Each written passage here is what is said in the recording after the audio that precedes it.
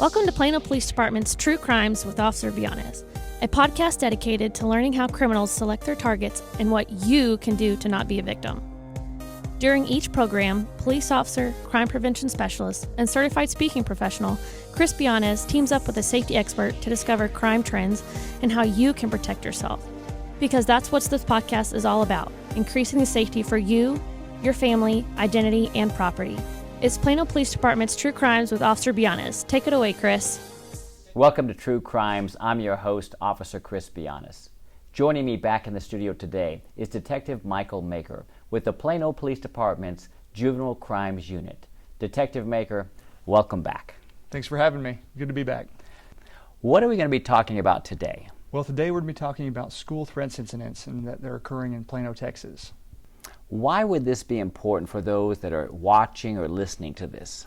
Well, Chris, so with the increased notoriety and frequency of these school threats and mass shooting incidents that are occurring, most specifically Uvalde, which happened recently and locally in Texas, Plano PD and Plano ISD are on high alert for these kinds of incidences and trying to make sure that our students and educators are safe in Plano. And so what we've seen over the past couple months in the Juvenile Crimes Unit and working with our school resource officers is a massive increase in the number of school threats that are being reported and committed in our schools. And so these are students making statements in school or people outside the school that are calling in certain threats to the schools. Plano ISD has taken steps to try and help protect our students and educators against these incidents, and that's increasing the awareness and training of their own employees in PISD. And on the Plano Police Department side, we're increasing our school resource officer staffing. Plano has school resource officers in all the middle schools, high schools, and senior high schools in Plano, and the schools that we share with Frisco and Murphy in the surrounding area. And as far as our elementary schools, Patrol has been tasked to conduct frequent daily safety checks both inside and outside the school to help keep our students safe. And what we're also seeing, Chris, is that it's not just Plano who's dealing with these incidents. Many cities around the Metroplex are seeing a disturbing rise in the number of these reports and instances in their schools. One of these things that we're trying to do is determine why that's happening and see if we can help eliminate it. Plano PD and Plano ISD are treating these as a top priority, and we're investigating these very swiftly to try and make sure that everyone involved is safe and that there's no threat to our students or our educators. What we're seeing in several of these cases is where the suspects have said that this is a joke. Whether this is something that's been called into the school or said while they're at school, they say it's not serious, we were just talking about XYZ. Well, we need to inform the students and their parents that there's going to be a zero tolerance policy on any threats made in a school.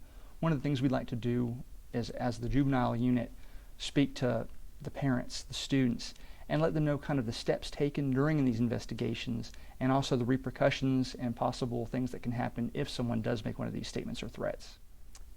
So not only the crimes themselves, but even making a threat is a criminal offense. That's true, Chris. So what are some of these crimes that go along in these categories? One of the ones we're seeing is terroristic threat. It's a Texas Penal Code violation where someone threatens physical violence against a person or property. This can be something that places someone in fear of injury to themselves or fear that property is going to be injured. This can go all the way from a Class B misdemeanor all the way up to a state jail or third-degree felony, depending on the actual statement made. Some of the things that are in there are whether it causes a response by an official or volunteer agency that's trained to deal with emergencies, aka the police department, the fire department, in terms of some of the fire reports or a bomb threat. Another one of these incidents is the Texas Education Code threatened to use or exhibit a firearm. This is where someone with the intent to cause alarm threatens to either bring and show a firearm or use that firearm in an offense, whether this is at a school or on a school bus. So if someone were to say the comment of, "I'm going to bring a gun and shoot someone at the school," that's a direct threat essentially to a person within that school zone, which would be in school or either on a school bus. This can generally be a Class A misdemeanor. If the person actually has a firearm or uses the firearm, it jumps all the way to a state jail felony. Another violation that we're seeing is going to be the false report or false alarm. This is where someone makes a statement or continues a statement that's being made about a possible emergency, bomb threat, fire, or another emergency that falls kind of within that realm, that would cause a significant portion of the public or a targeted group of people to feel fear. This would be if someone were to say, I put a bomb inside of an elementary school. That could cause parents, students, educators to feel fear that they're not safe in that school because of the bomb threat. Well, the person that either called that in or the person who purported to keep making that known to people, if they believe it's a baseless threat, to be in violation of that law. If someone did have reason to believe that there was an emergency or a bomb in that school, that would not be an offense, because we would like them to report it. That way we can make sure that it's safe. But this would be the instance where someone says, oh, there's a bomb in this theater, or there's a bomb here, and it causes a reaction where we come and do a check. The business is interrupted, the school's interrupted, and they know that it's not there, then that would be a violation of law. In my thinking, if someone were to call and say, hey, I put a bomb in that school, that is going to cause a reaction, right? Exactly. Anything these days, mentioning bomb or firearm, should be known to cause a reaction. Detective Maeker, what kind of response occurs when a threat is made towards students or a school? Well, really right now, Chris, it's a twofold response going to be done by both Plano Independent School District and the Plano Police Department. First off, on the school side, schools have received more training the last couple years on these kinds of incidents because it's continuing to occur and getting close to home. So Plano Independent School District employees have received additional training recently on how to notify law enforcement, when they should notify law enforcement, taking safety precautions within the school, such as a lockdown or a lockout. Not to get too much into that, but that's whether they're going to shelter in place at the school, lock the exterior doors, and continue as normal. But Plano ISD has a very well thought of policy and procedure when it comes to what they're going to do in those steps. Chris, say the threat's made in school. From that point, the teachers are going to notify law enforcement and also notify the rest of their staff. That's either going to be a locked down classroom, or they're going to pull out the student who made the statements and potentially any witnesses who heard the statements. That's going to start interviews to make sure we know exactly what was said in the context of what it was said, because they don't want to get someone in trouble for a comment that shouldn't really need it. But we are taking these very seriously. So like we talked about earlier, just saying it's a joke doesn't mean that you're off the hook. In some cases, you're still going to have criminal charges and potentially arrest or detention. But the school will help start determining that, get the parties together. Law enforcement will come and begin their steps in their own investigation. The school is in charge of notifying parents and students about the threats and if they think it's a safety issue. We also work with them on that, and if we believe there's a continuing threat, the police department will also make the proper notifications. On the school side, that's going to entail their investigation is their school discipline, and that could be everything from a detention, suspension, placement in alternate school programs, and the most extreme in the school being an expulsion from the school and potentially from all Plano ISD schools. So depending on what statement you make, you may be kicked out of Plano Independent School District. On the law enforcement side, we're going to begin our investigation by coming to the school, identifying the involved parties. On the detective side of that, usually when I'm called, I'll go and I'll meet with the school resource officer if there is one. We will start doing interviews, and that's of the witnesses, the suspects, any potential victims, the reporting party, which usually is a teacher or another administrator, and we will start doing those investigations and interviews. One thing I would like to note is that Plano ISD and Plano PD are not required to notify parents before we speak to a student at school. That's something that we've come up a lot with our investigations, where we'll go out and speak to witnesses or the suspect himself, and then parents want to talk to us about whether we should have contacted them prior to interviewing their student. That is not a requirement. The safety of the students and the educators is the primary concern and goal at that point. And if conducting that interview prior to parent notification is deemed appropriate, it will be done that way. We will begin, investigate all the involved parties, make parent notifications at that point, and then we will determine whether criminal penalties or a case is necessary. So I know as a parent, parents are very protective of their children. Right. So they probably do bring that up and say, you had no right to interview my child before you notified me. But that's actually not the case then. That's correct.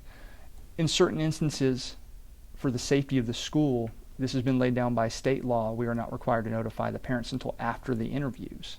So in many cases, that's what's done to help ensure that we have done the most thorough investigation we can do. So the next step after interviews would be a safety assessment of the student and their home. Generally, the school does their own safety assessment based on school discipline, their history at the school. We conduct a safety assessment which would include, does that suspect or person who made the threat have the ability to carry out that threat? So if they said a comment about bringing a firearm, then we would want to check and see if they have access to firearms either in their home or on their person, their vehicle. A bomb threat, we would ask, do they have a workshop where they might actually have that ability to make a bomb? Have they bought any precursors to make explosives? And these are things you wouldn't think you'd have to check on some of these age groups and students, but we go through the full measure to make sure that the students are safe. The safety assessment conducted at the school can be a locker search, a backpack search. If they are a driving student, what vehicle they come in and check their vehicle. That can be done by search warrant as well. I will then go to the home and speak to the parents, notify them of what's being investigated, and ask to do a safety assessment of their home. This is where we would go in and check, are all the firearms locked or kept appropriately where they should be kept? If it was a knife threat, what access to knives in the home does that student or suspect have? And like we talked about, is there a space where they have limited oversight, where they could potentially make an explosive device without the knowledge of their parents? Those are all things that we would check. This is all done to make sure that we have done the most broad interview we can to ensure the safety of not only the rest of the students, but that student himself or herself. Do you have any example of cases the juvenile crime unit has been working on in regards to these threat cases? I do, Chris. So I have 3 examples that I can talk about today, and these are all cases that I've personally worked in the last year. The first one, we're going to talk about false report. So it's one of the offenses we discussed, and in this particular case, I'm going to leave out names and business names to help protect the rights of those individuals. A student on a live stream made a comment about a bomb being placed in a recreational facility in Plano, Texas. This was live streamed to, I believe, 70 plus people. They're all viewing it and taking different turns talking, going over the material. Well, several parents and students that heard this comment about the bomb being placed in the recreational facility became scared. They not only notified the recreational facility, but law enforcement as well. We begin an investigation that includes going to that facility and doing a full check for explosive devices. This is patrol, potentially our bomb squad here in Plano, and that is, by that very statute, the response by a law enforcement or agency required to deal with emergencies. We show up, we check the building, work with the building, and there was no evidence found of an actual explosive device. Officers went out to go speak with the suspect that was identified because of his online presence, and he admitted that it was him who had made the statement, that he did not believe there was any actual explosive device within that building, that he just said it to be funny. Well, even though he said it to be funny, people didn't take it that way, nor should they, because that's a very serious issue. This caused disruption of the business and building, which is an educational and recreational facility in Plano. They talked about having to shut down to do the safety check. The educators that work there, the students that go there, all became worried. Many were pulled for several days by their parents because they didn't want their kids to go to this potential hazard. We then work it, and because he knew that there was no basis for that threat, it's a criminal offense. He was charged. Another investigation that we've done recently was a student at a school in Plano where I was called by the school resource officer about a student who had made a gun threat in class. I went to go continue that investigation. The school took the appropriate measures, notified law enforcement, the school resource officer, and then me. The student was pulled from class and then interviewed by the school resource officer. He had been looking up firearms on his school-issued Chromebook, which is a laptop that many schools issue to the Plano ISD students, and he made comments to a student who oversaw him doing this about wanting to bring a gun and shoot up the school. The student asked him, "Are you all right?" And he said, "No, I'm thinking about bringing a gun to school. I would take out the school resource officer first because they're the most likely to stop me." He talked about who he would take out, what time of day and in what area of the school he would conduct the violence, and about how he had planned essentially his whole plan for a school shooting. We interviewed him and spoke with the school, the witnesses, got the statements, along with those internet searches of him looking up firearms in class. He was also investigated and was arrested for that offense. That offense being that threatened to use exhibit firearm within a school because he had threatened to bring a firearm and use school violence. The next case is one that was actually conducted on a school bus in Plano, Texas. School bus coming to school in the morning. Several students were in the back of the bus roasting each other, essentially, as juveniles will do. And one of the boys turned to another boy and said, "I'm going to bring a gun and shoot up everybody on the bus."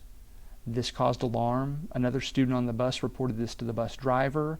The bus driver came to school, notified the school administration, and then our investigation began. The student did admit to saying parts of that threat, but through other witness statements we were able to determine what had happened. We then go to do that safety assessment at his home, where the father refused to let us come in and do a safety assessment, which can in itself be concerning. And through investigation and interview with the father, we learned that there were several unsecured firearms in the home.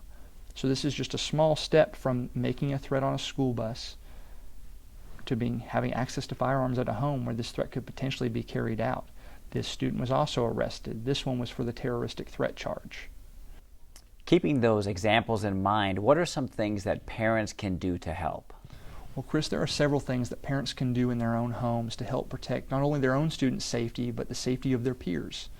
And so some of these things include have appropriate conversations with your student about school violence and about the seriousness of what's going on in the world right now. Some people may shelter their student overly much, and that student doesn't know the full scope of what's going on. And granted, this is all age-based appropriateness, and I'm not telling anyone how to parent their child. I just believe, and as a juvenile unit, we believe that education is one of our great strengths, and that knowing is half the battle when it comes to these incidences. If you have conversations with your student about how to protect themselves, what they should do if they hear this or see this, that can go a long way, as well as telling your student this is not something we should joke about because this is how serious this incident is. You should never talk about firearms, explosives, knives, guns, anything in school that could even be remotely construed as these threats or these statements. Having that conversation with your student in the way that you as a parent deem appropriate is astronomically important to making sure that they're safe. I think one challenge parents might have is having a child that thinks, I don't want to be a tattletale. What's the difference in being a tattletale versus, sharing some important information that could save lives? Right. Many students think, oh, this is my friend. Maybe it's a joke. Or they don't know how to take it because they're not dealing with this every day, nor should they. But it's very important that the students say anything that concerns them and report that to a teacher, a counselor, an administrator, a police officer in the schools that have SROs, or their parents. They need to tell somebody. Because what research has shown, Chris, is that these, let's call them suspects, who have committed these violent acts across our country, in our state, it's not just one day they wake up and decide they're going to come and harm a bunch of students or teachers at their school. This is something that's built up or been planned over time. And this is shown time and time again through post-action research of these incidences. They've said something at school. They've let slip to a friend, a counselor, a teacher. They've had build-up incidents that occur before the actual violent incident. And that's exactly what we're trying to stem here. If a student's in school and hears, oh, well, I'll bring a gun to school, I'm going to make a bomb, oh, I'm really mad at so-and-so, I want to hurt them, they need to take that and tell that to someone. It's not being a snitch, as you had discussed. That's safety for not only you, but for that friend or that person that you're hearing, because we would rather get to that now and get them the appropriate help, the counseling, the correction that they need before that builds up in their mind and they actually do commit a violent act. So telling is saving lives in this instance. That's one of the things that the parents should discuss with their children is who should you tell? Any of those people we named earlier, educators, teachers, a trusted adult. But they need to tell somebody, and they need to tell them quickly. It doesn't help if you heard this a couple days ago and then now we start talking about it. We need to be on top of that and discussing what you should be concerned about. In some of these instances that we've investigated, Chris, the kids indicate, well, I don't really know if they were serious. I don't want to take that bet on it being serious or not. That's not for a young student to decide. That should be something that they tell an adult who can then take the proper precautions with it. And I would imagine a school resource officer would be an excellent person to bring Yes, this to. and that's part of the reason they are in those schools, is to help not only take care of these incidents and be there to be an immediate safety kind of Protector. shield for our students, but also to develop that relationship with the students to where they feel like they can come and tell that school resource officer what's going on, and potentially kind of keep these things from coming to a head or a need to have a full report. Anything else you'd tell parents while you... Another thing I think is important to tell parents is that the age of criminal responsibility is 10 years old. If a student is 10 or older and they make a school threat statement or do any other criminal violation, they can be detained, taken to juvenile detention, and charged with a crime. This is a serious deal, and we're seeing 10-year-olds commit these school threats instances. And it's very difficult for us as a juvenile unit to investigate a 10-year-old making a school threat or saying, I'm going to bring mommy's gun to school. That's not something that you plan for, having to investigate, but we do have to do the full investigation. We treat all these incidents with the top priority and as serious as possible, regardless of age. So that's something the parents need to know as well, but also have those conversations with your young students about what you can and can't say. And that if they're under 10, they may not face criminal responsibilities, but under 10, you'll still face potentially severe or strict school discipline for statements of that kind. And the last thing I would think parents would probably need to know is that it's very important to practice safety in their own homes, Chris. Whether this is, like we had talked about earlier, talking about these incidents and just being aware of them, but also firearm safety. There's no problem with owning firearms, Chris. And I would say a majority of homes in Texas probably have a firearm or two within the home. But even at a young age, talking to your student, your child, about firearm safety, about the safety of the actual firearm itself, or talking to them about the rules of the firearm is important, showing them that they aren't a toy, that they should be taken seriously and given respect. And then as a parent, making sure that that firearm is placed in a safe location, whether that's locked, separated from the ammunition, but have a plan to make sure that the firearms are safe in your home. In several of these instances, we have found that firearms have been unsafely secured in the homes. And this is a greater concern. Although it may not be meant maliciously, you're essentially leaving that firearm to where it could be accessible to your student. And if your student does make these threats, that can heighten the level of offense. It's actually a law, too, making a firearm accessible to a child, isn't it? That's correct. And that can potentially have criminal responsibility for that parent or guardian who has the firearms. So it's safety not only for their own student, but for them. So let's talk about students. What do students need to know, or how can students help? What students need to know is that if they hear something that concerns them, or something along any of these lines of shooting, stabbing, assault, bombing, they need to tell somebody, Chris. If they don't tell somebody, we can't respond to it and we can't get that person the help they need. One of the things that we've learned through research on all these incidents that are occurring across the country are that it's not just where someone wakes up one day and decides, I want to go shoot at a school or I want to blow something up. It's usually a drawn-out process where they're developing these plans, sometimes even telegraphing their plans by making statements or cries for help in some instances. And if we don't respond to that, and as the students in PISD, if you don't hear that and then tell someone appropriate or have a conversation with whoever said it, we can't correct that and can't get them help. So it's very important they tell a teacher, a counselor, a school resource officer. And that's part of the reason the school resource officers are in the schools, to help be that kind of facilitator for you to talk to and have someone comfortable but also with authority to handle those incidents. Along that same line, Chris, students should have conversations with their peers if they have concerns. Maybe a statement's not been made, but you have a friend that you're a little worried about them, or they've talked about some violent tendencies. This is something that you need to check in on. A lot like with depression. If you had a friend who says, I'm depressed and I might hurt myself, you don't let that go and just hope that they end up being okay. You either talk to them and work through that kind of together, tell someone you trust to help try and get them that help. It's the same line for this with school violence and school threats. Even if they're your best friend and they make some statements that are a little concerning or they're not acting themselves, we all have to be better about that, of checking in with our peers, our friends, about what they're going through and then getting that help they need. They might not want to go in and talk to a counselor themselves, but it's not snitching. It's going to try and get them help. If you were to tell a counselor, hey, I think you should talk to my friend, or I have concerns, that's the avenue we use to get them help. The last thing I would like to touch on is just never, ever, ever joke or make comments about shooting, bombing, stabbing, assault in school or about your school. It's not a joke, and it will not be treated as such. In most of these instances, the kids say, oh, well, it was to my friend, and I thought they would understand it was a joke. But you're not just saying that to your friend if you're saying it in the middle of class. It's anyone else that hears around you, teachers, and its perception is reality, Chris. Whatever that teacher or other student hears is what they're going to be able to report. And so there's no room for talking about that in schools, and that it's going to be dealt with harshly. We're going to have criminal penalties, school penalties, and some of those can reach outside the school and affect their freedom, Chris. If a student makes a comment about a school shooting, that can mean that they're charged with a violent crime.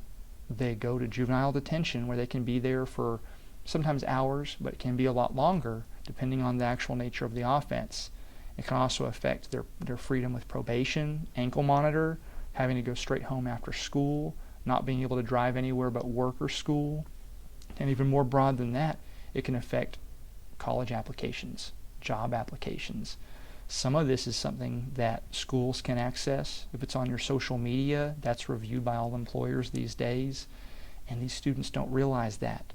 So that's parents and students need to be very cognizant of the repercussions of these incidents and safeguarding themselves against not only that happening at their school, but making these kinds of statements.